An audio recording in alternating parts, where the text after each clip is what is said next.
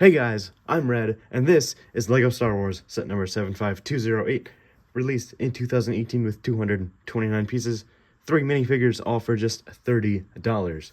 Now I don't have the original box, so a picture of it will be in the top left corner, and let's just get right into our minifigures.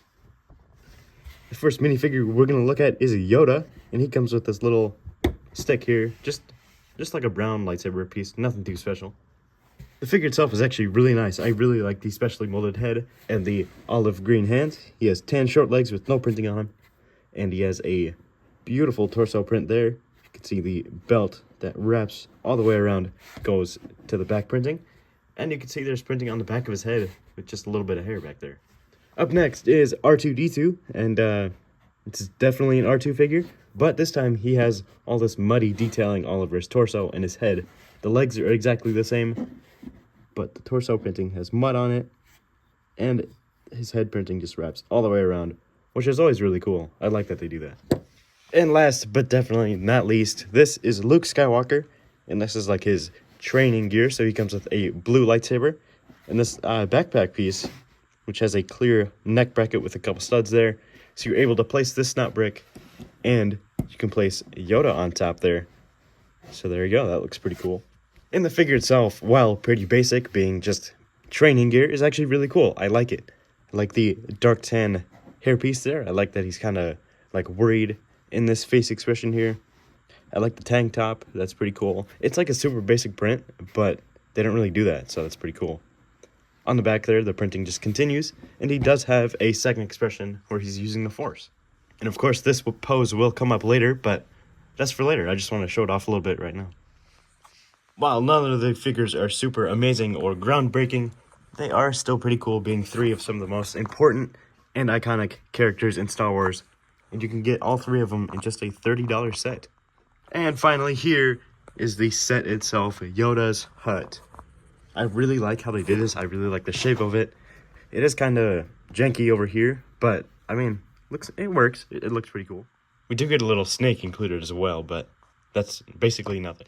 Starting off with the front of Yoda's Hut here, right at the front door, you can see these 2 massive tan pieces that are curved, giving the door a circular look, of course, because that's how it was. And moving just a little bit over from that, you get this leaf here connected by a clip piece, and get a perfectly round window with some olive green pieces there. And you do see this hinge, but don't worry, we'll look at that later. The other side isn't really rendered off that well, if I'm honest. It's kind of weird because they used the original like macaroni piece, then they used the sharper edge, and then the bigger one, but doesn't really make a whole lot of sense, but I think we'll see why later. The roof here is really simple, using just some curved pieces and some sloped bricks, but I think they made it work for just the scale that it is. We do have a little chimney here. It's not the very tip of the set, it's actually off to the side, so it looks kind of like a chimney. On the other side here, we get our first little play feature. It's like a lever system. So if Luke needs to do some Jedi training, you can very easily place him onto that jumper plate and hit the lever, and he will do a backflip. And I guess you could do the same thing with Yoda too. Doesn't work as well. Just beside that, though, is our second play feature, and it's just this little rope here. And with this, we can recreate Yoda and Luke swinging through Dagobah. Doesn't really work super well, because you have to like lift them all the way up and they kind of hit the house. But I mean, if we just keep it like all the way down here, it works fine. When we move inside the house here, you can see there's a couple different things going on. Like there's a bottle just when you walk in through the door. There's a little crystal piece there as a light. On the right side of the build, you can see through the window, you can see there's a grappling hook piece and a little fire where Yoda's cooking dinner. You have a little table in the middle with a silver frying pan there. And our last little thing in the house is Yoda's bed and a little storage compartment.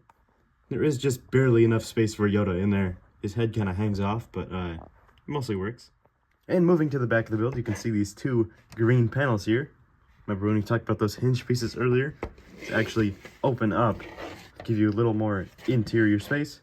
You get this play feature here, and a couple things going on the left and right.